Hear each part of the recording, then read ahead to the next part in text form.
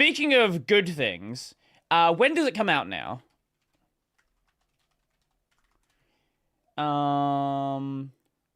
Steam. When does it come out? It is out.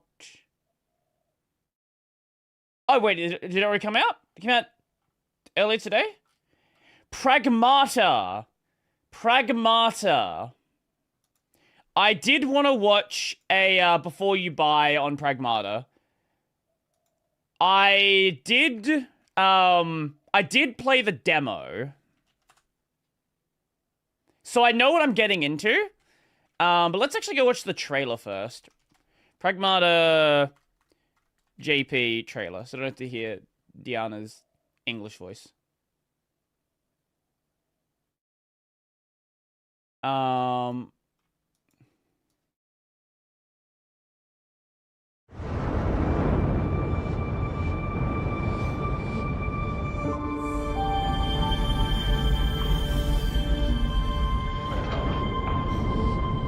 A bunch of people reviewed it. They sent out review copies to everyone, basically.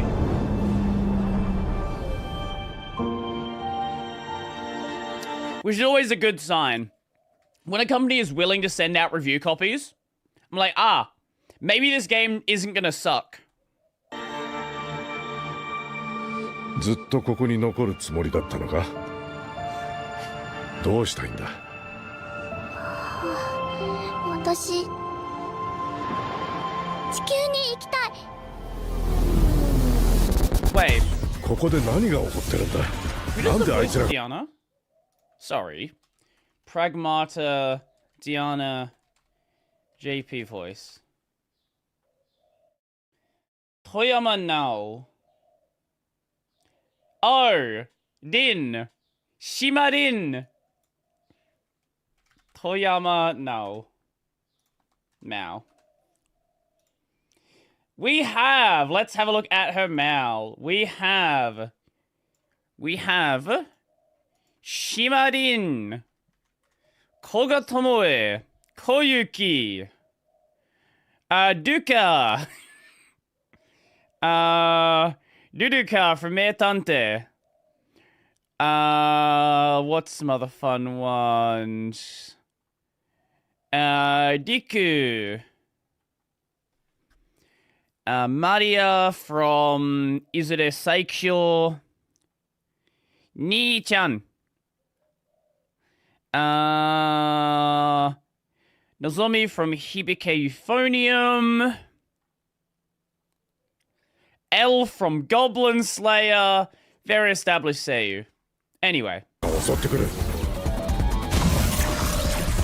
地球に行く準備をしてたら月震があってイルスが誤作動した。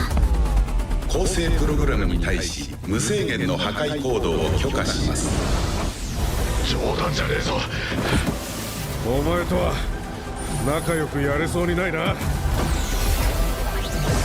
イルスを黙らせて地球に帰るぞ。 So for anyone who hasn't played the game, we're going to see this in the review.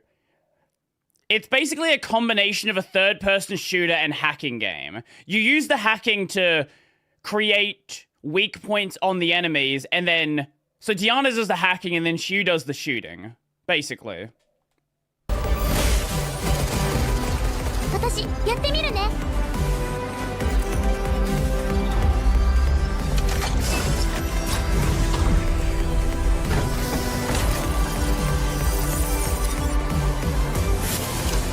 私自分で決めたの。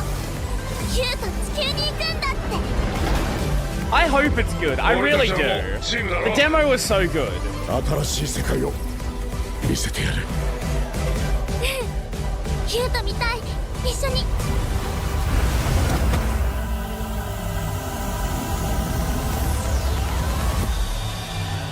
Should every Japanese game trailer in an event like Game Awards or Summer Games Fest be in Japanese dub? Yes. For me, specifically. ちょっと見てくるね。こんにちは。私はキャビン。こちらのシェルターの案内役です。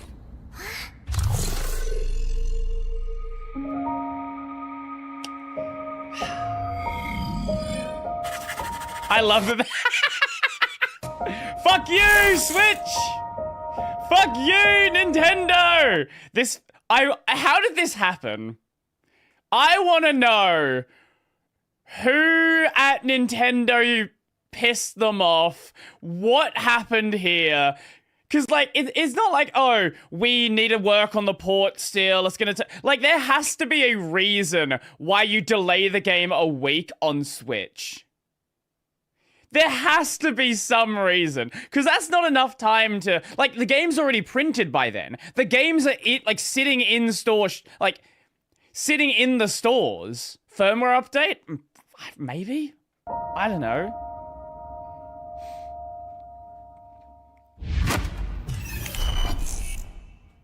So, that is the Pragmata trailer.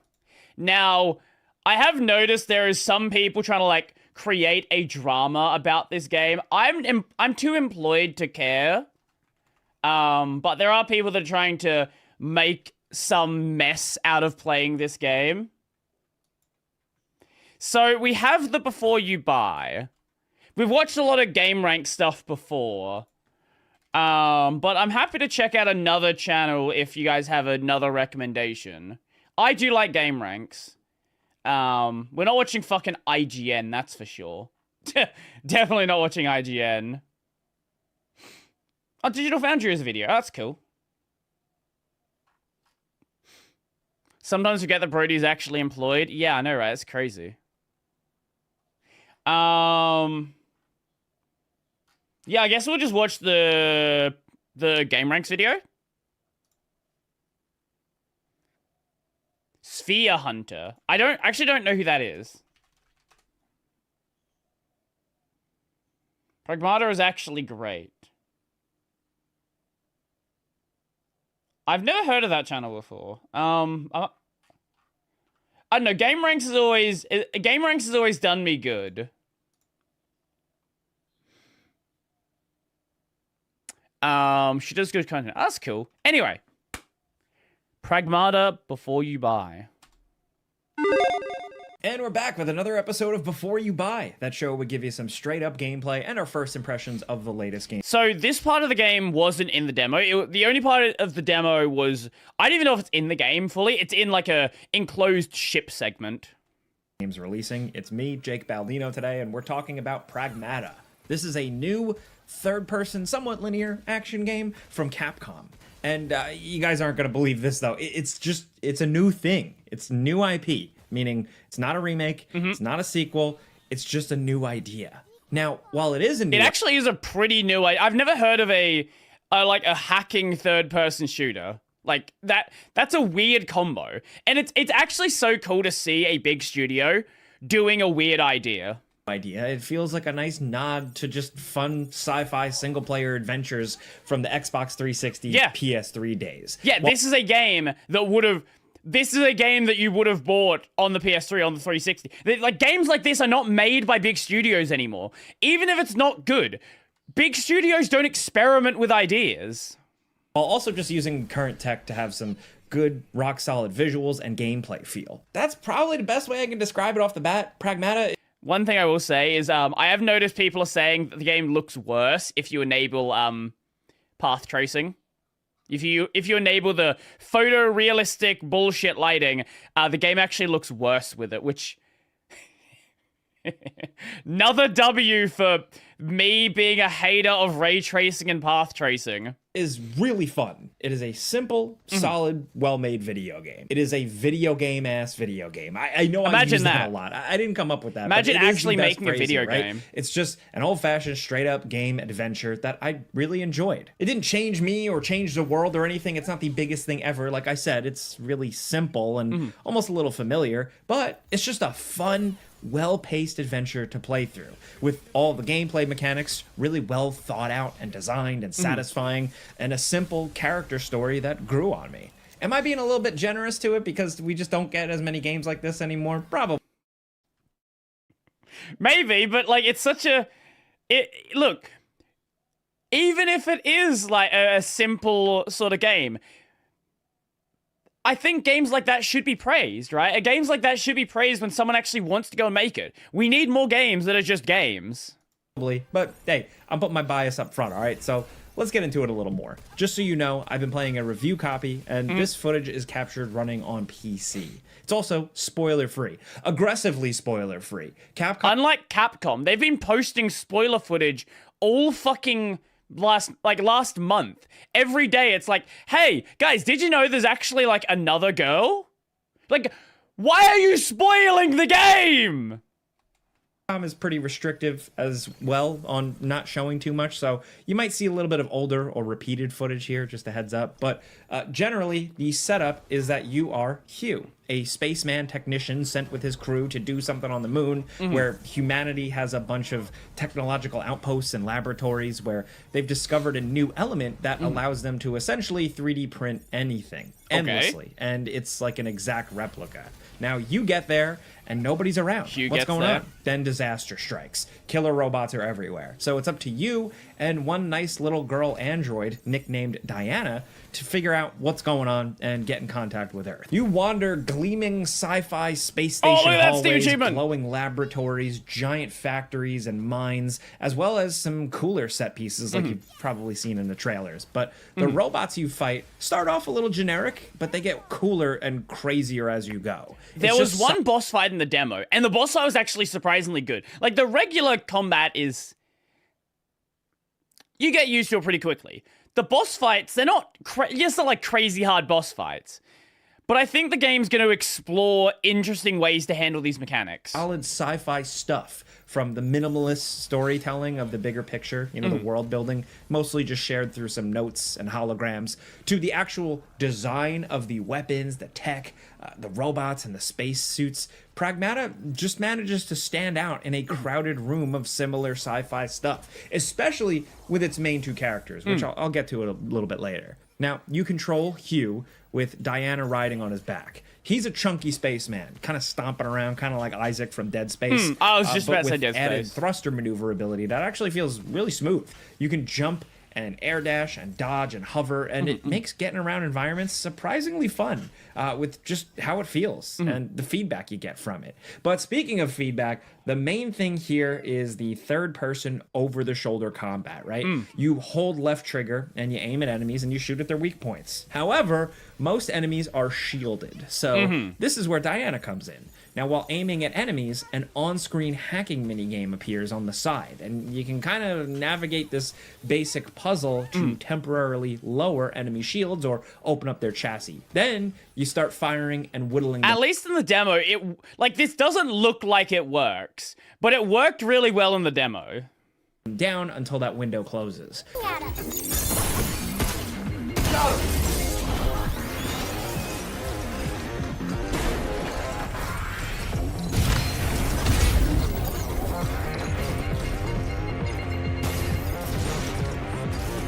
Also, the music slaps.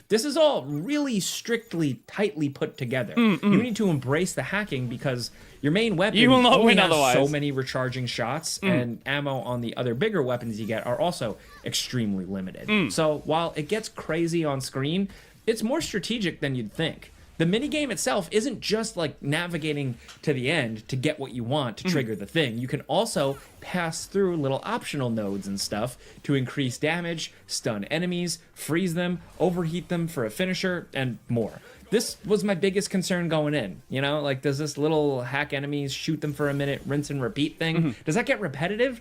Thankfully, it doesn't, because the game just does like a really good job of introducing new mechanics throughout and always kind of shaking it up or giving you a new and interesting edge. This is what I really enjoyed and what kept me hooked for so long. It's a fun little gameplay quirk on its own, but it could have remained a gimmick if it wasn't like really expanded upon. But thankfully, the game just consistently introduces new interesting things. Okay, the hacking itself that gets wasn't on more the demo. complex, more dangerous, more strategic, You can actually choose which nodes to equip and bring into battle and trigger while hacking. There are also different hacking modes to go more aggressive or stun enemies faster. There's also an auto hacking option you can unlock if you want that, but you have to sacrifice some of your ultimate attack meter, which also Diana has an ultimate attack and the camera pulls in. You know, that is nice to have as like... It's nice if you're going to have an accessibility feature or like a easy mode for it to have a downside. It's pretty cool. And that just goes with combat as a whole. Like, you know, the visual flourishes, the sparks on screen, the explosions, the good visuals, because I didn't have any performance issues or anything like that. Like, all of that really combines demo ran fine really as well. nicely with good, solid feeling third-person shooting. For the most part. Like, 1 or 2 weapons feel a little soft, but most of the shooting, the hit feedback, the responsiveness, all of it is really good. And weapons are kind of strategically limited. They kind of encourage you to think about when to use what, and with the limited ammo and limited inventory space, it just makes for very active combat management. There's a few charged weapons, a weapon that snares enemies in a trap and slows them down. There's shotguns, pistols, rocket launchers, all with their own kind of quirks, as well as defensive options like temporary protective drones, a bubble shield, or a decoy launcher. All of this is trickled out Honestly, I'm just happy to hear that it's still as good as the demo. you over the course of the adventure, like I said, keeping things fresh, along with the cherry on top for me personally. Enemy variety. Now, thanks to you new people for watching us. We always appreciate it. Subscribe if you haven't. Hit the notification bell, whatever they say on YouTube. But for those of you guys who have been listening for a while, you might know I've reviewed and covered a lot of games in the last couple of years that lose steam thanks to repetitive enemies that you get tired of. I'm glad. Well, that was the problem that fucking Hogwarts had. The by like an 3 hours into the game, you discovered every single enemy variety. It was just a combination of those enemies. Maybe they were like different reskins of them. Actually does a pretty good job of giving you new things to fight, new ways to use your tools, and new ways to strategize consistently. You start out fighting these slow, ambling robots, and you're eventually fighting ninja robots, Metal Gears, and some grosser stuff, all while really just feeling in sync with the combat. At first, I found like hacking enemies while also trying to dodge other enemies off screen at the same time. I found it extremely difficult, but towards the end of the game, it just really clicks, and I was so in sync with zipping around and getting my timing right. Plus, you can unlock a perfect dodge that slows down time, which also really helps. But again, all this is paired with a really, really good progression system, too. So the game is somewhat linear, but there are a lot of hidden areas and nooks and crannies, as well as locked away challenge rooms that you can go back and find and knock out. That's so and sweet. they're much tougher. You could fast travel around and revisit older areas with new abilities. It's not like Metroidvania levels of cleverness or complex, but it is enough because it entices you to get more stuff. You really want to upgrade your character. That is, again, all because of this good progression system. So at checkpoints, you can actually head back to your little base of operations. Okay. Here, you can spend This wasn't stuff in the you demo find at all. through extra exploration to upgrade Hugh's armor, base weapon capability, and Diana's hacking. You can also spend an additional currency to lock in and upgrade nodes and weapons, giving them more effectiveness, faster cooldown, damage rate, stuff like that. This is steady throughout the game, and the challenge is pretty decent. So you're always encouraged to top up your stuff. You're unlocking skins for Hugh and Diana, too. Also, the game kind of has like almost like a battle pass type thing where you find coins and cash them in on a bingo card for more rewards. But like I say battle pass, it's like almost like they're kind of making fun of it a little. It just felt really tongue in cheek, and I appreciate the sci-fi quirkiness that they apply to it. Really all it is just another progression system. It's just more stuff to unlock. And the base itself is always evolving. I will say this world looks fucking beautiful. Thanks to getting more capable as you go with more stations, more upgrade capacity after defeating bosses and progressing through. Also, just in terms of character, like you can find items out in the world and then bring them back to teach Diana a little bit more about Earth. And you're kind of building a kid's playroom in the process. And slowly over time, the place goes from this stark moon lab with only a few features to this messy ass place with lots of upgrade possibilities. It's just charming, but also again good solid progression. Okay. Especially for what is a fairly simple, straightforward game too, you know? But again, that base is charming, and the charming nature is what really sealed the deal for me. The story is all right, you know? It's interesting enough. It had a twist or two I kind of saw coming, but it's a simple, solid story. But it's really... A lot of people are saying, are they going to kill Diana? Are they going to kill Diana? Will she die by the end of the game? Because it does really feel like that kind of thing, right? It's like, oh, you build up this connection with her the entire game, and then something happens, she dies. Oh my god, I'm so sad now. Made better by the two leads, like I said, Hugh and Diana. They just like Either each other. Diana or Hugh dies. One of the two people are thinking are gonna die. Most likely Diana. And it's charming and refreshing and nice to just see in a world of grimdark stories everywhere. I like miserable stuff as much as the next guy. I like a guy in a cool jacket murdering a guy in an alleyway. But, that's always sounds this kind of wholesome spin here really just worked. I was rooting for these characters. And this is subjective, of course, this part, but I find a lot of kids in video games and movies annoying.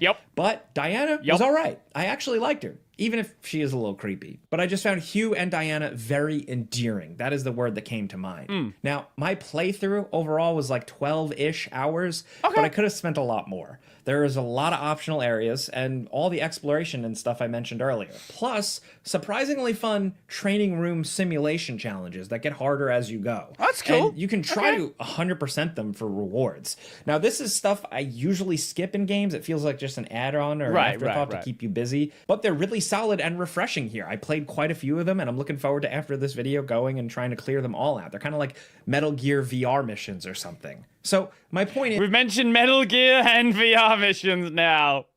This is truly the Metal Gear. There's a good amount of content beyond just my main playthrough. That runtime, probably going to be short for some, so again, everybody's wallet's differently, wait for sale, whatever you got to do. But either way, I think for some of you classic single-player, action, third-person adventure type players, Pragmata is definitely worth your time at some point. Like I said, I don't know if it's blowing the doors down or anything like that. Like, I don't think anyone's going to be like, I need to buy a PS5 to play this game or anything, but that's fine. Not every game needs to be this insane thing. Pragmata is just a good, solid old video game. I really didn't know what to think going in, but I was pleasantly surprised. But that's a before you buy. You know how this goes by now. I give you some pros, some cons, and some personal opinion. And now I want to hear yours down in the comments. I'd love to know what you think of this game. There was a demo. Did you play the demo? What'd you think of that? Also, were you like me and you were just looking at Capcom where it was like, what do you guys see in this game? What is it? It was in development for a really long time. It kind of disappeared for a little while, but ultimately, I'm glad it's back. So let me know how you feel about Pragmata a couple days before it drops. Let us know what you're thinking. But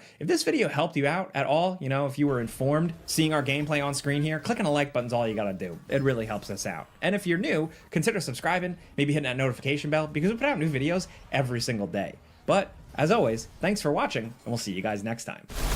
Imagine that. Imagine that. It's a video game. Dad space. Please, please have children. Is that what this is? Is this Dad Simulator? Is this, hey, you're gonna protect this child and you're really gonna want to have a child? Is that what this game is? We've seen lots of tourist propaganda. This could be dad propaganda. It's refreshing to hear I didn't have any performance issues. Imagine that. Imagine a game coming out and it just running well. What the fuck? What the fuck do you mean? What the fuck do you mean a game comes out and it just runs well? So I'll probably be playing the game on the weekend. I don't know if I'll stream it. I might. I don't know. We'll see how I feel. But yeah, I'm 100% going to play the game. I was already going to play it. You've sold me on it more now. Nothing about it sounded bad. Capcom's just making a video game. It's not a movie. It's not a life-changing experience. Not some open world thing. It's just a PS3 video game released in 2026. Crazy. Absolutely insane. Anyway, now that we've done that, let's see what else is on the list.